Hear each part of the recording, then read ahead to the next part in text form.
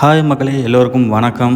இன்றைக்கி எங்கே போக போகிறோம் என்று பார்த்தீங்கன்னா, அபுதாபியில் உள்ள ஒரு ஹிந்து கோவிலுக்கு தான் போக போகிறோம். அந்த கோவில் இப்போ தான் பிப்ரவரி மாதம் தான் ஓப்பன் பண்ணாங்க, புதிய கோவில். நான் இப்போ தான் முதல் முறையாக அங்கே போக போகிறேன்.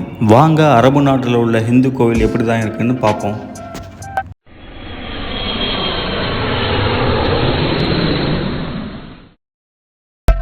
அபுதாபி போகிறதுக்கு இங்கே உள்ள ஒரு பஸ் ஸ்டாண்டுக்கு போகணும். அதுக்கு நம்ம ஃபஸ்ட்டு கார்டு ரீசார்ஜ் பண்ணிக்கலாம், பஸ் கார்டு ரீசார்ஜ் பண்ணிவிட்டு நம்ம அல்குபைபா பஸ் ஸ்டேஷன் போகணும். ஸோ அந்த பஸ்ஸுக்காக வெயிட் பண்ணுவோம். A few moments later. நாம் இப்போது அல்குபைபா பஸ் ஸ்டேஷன் வந்தாச்சு மக்களே. இங்கேருந்து நம்ம அபுதாபி போகிறதுக்கு பஸ் இருக்குது. இங்கேருந்து அபுதாபி பார்த்திங்கன்னா கிட்டத்தட்ட ஒரு 140 கிலோமீட்டர் சம்திங் இருக்குது. ஸோ நம்ம இங்கேருந்து ஸ்ட்ரெயிட்டாக அபுதாபி மெயின் பஸ் ஸ்டாண்டுக்கு போகணும். ஸோ இங்கேருந்து பஸ் ஏறலாம்.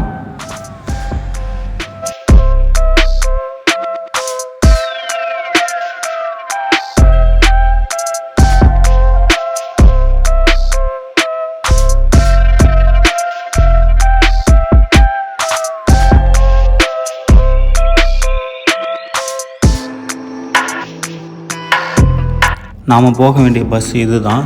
இந்த பஸ்ஸில் தான் ஏறி நம்ம அபுதாபி மெயின் பஸ் ஸ்டாண்டுக்கு போக போகிறோம். அங்கேருந்து வேறு பஸ் பிடிச்சி தான் நம்ம கோவிலுக்கு போக போகிறோம். வாங்க போயிட்டே பார்ப்போம். பஸ் எடுத்தாச்சு. இங்கேருந்து நம்ம அபுதாபி போகிறதுக்கு மினிமம் ஒரு 1லேருந்து 1.5 மணி நேரம் ஆகும். இன்றைக்கி வேறு மழை வேறு பெஞ்சிட்ருக்கு. ஸோ மேபி லேட் ஆகலாம் டிராஃபிக் ஜாமால். பார்ப்போம் எவ்வளோ நேரத்தில் போயிட்டு விட்றாங்க அப்படின்ட்டு.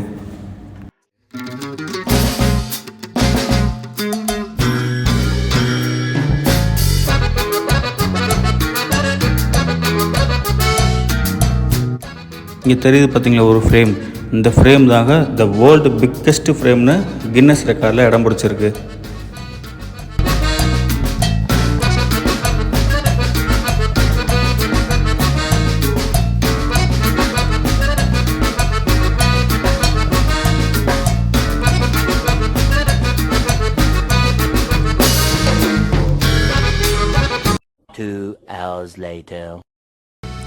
ஃபைனலி அபுதாபி ரீச் ஆகிட்டோம்.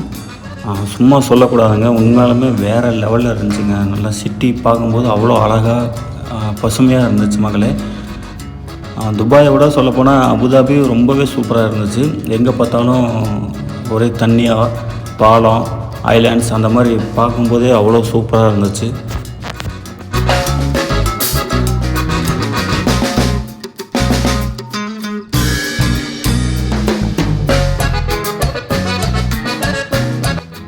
ஃபைனலி நம்ம பல தடைகளை தாண்டி பஸ் ஸ்டேஷன் வந்தாச்சு மகளே. அபுதாபி மெயின் பஸ் ஸ்டாண்டு இது தான்.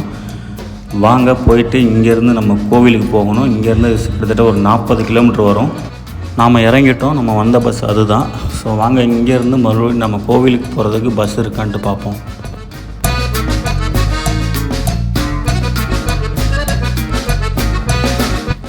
ஒரு சின்ன ப்ராப்ளம் என்னான்னு பார்த்தீங்கன்னா, ஆக்சுவலாக சனி ஞாயிறு மட்டும்தான் உங்களுக்கு வந்துட்டு இந்த பஸ் ஸ்டாண்ட்லேருந்து ஸ்ட்ரைட்டாக கோவில் வரைக்கும் பஸ் இருக்காமா. ஸோ நாங்கள் வந்தது செவ்வாய்க்கிழமை. ஸோ இங்கேருந்து உங்களுக்கு ஒரு ஸ்ட்ரைட்டு பஸ் அங்கே கிடையாது, கோவிலுக்கு கிடையாது. நம்ம மாறி போகிற மாதிரி தான் இருக்கும். வாங்க போய் பார்ப்போம். A few moments later. Bus ஏறிட்டோம் மக்களே. அபுதாபி பஸ் ஸ்டாண்ட்லேருந்து ஒரு பஸ் ஏறிட்டோம். ஸோ வாங்க போகிற வரைக்கும் போகும். அதுக்கப்புறம் வந்துட்டு நம்ம வேறு டாக்ஸி பிடிச்சி தான் போகிற மாதிரி இருக்கும். பார்ப்போம்.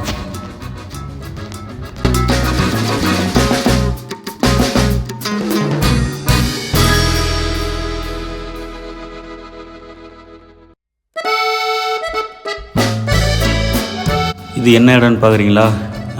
ஃபைனலி நம்ம கோயிலுக்கு வந்தாச்சு மக்களே. இது கோவிலோட பார்க்கிங் ஏரியா முன்பகுதி.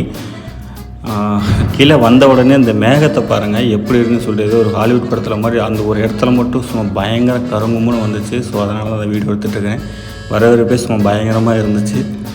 சரி ஓகே, வாங்க போயிட்டு அப்படியே கோயிலை பார்ப்போம்.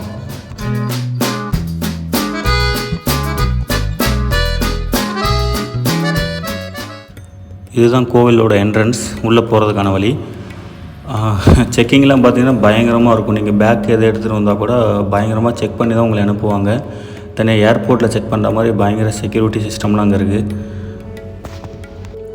அப்படி இந்த கோவிலோட ஹிஸ்ட்ரியை பார்த்துருமா. ஹிஸ்ட்ரி வந்துட்டு ரொம்ப பெருசு, பட் நம்ம சுருக்கமாக பார்ப்போம். அதாவது 1997 சுவாமி மகாராஜ் என்பவர் உலக அமைதிக்காக ஷார்ஜா சைடில் உள்ள பாலைவனத்தில் தவம் பண்ணியிருக்காங்க. இதை கேள்விப்பட்ட அபுதாபி இளவரசர் வந்துட்டு சுவாமி மகாராஜ் என்பவருக்காக கோவில் கட்டுவதற்கு சுமார் 27 ஏக்கர் நிலத்தை தானமாக வழங்கியிருக்காங்க. அதுக்கப்புறம் 2019 தான் இந்த கோவில் கட்ட ஆரம்பிச்சிருக்காங்க.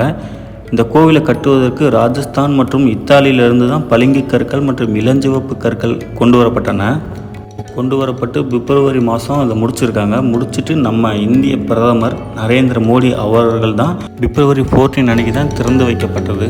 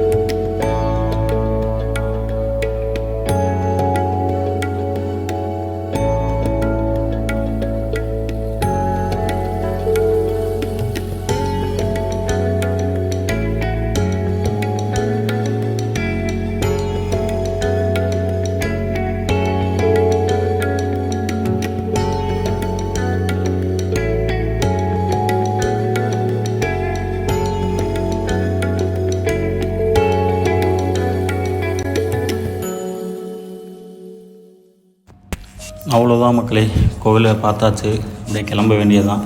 ஸோ மறுபடியும் பஸ்ஸை பிடிச்சி அபுதாபி பஸ் ஸ்டேஷன் போயிட்டு அங்கேருந்து நம்ம துபாய்க்கு போகணும். பார்ப்போம் பஸ் இருக்கா அப்படின்ட்டு.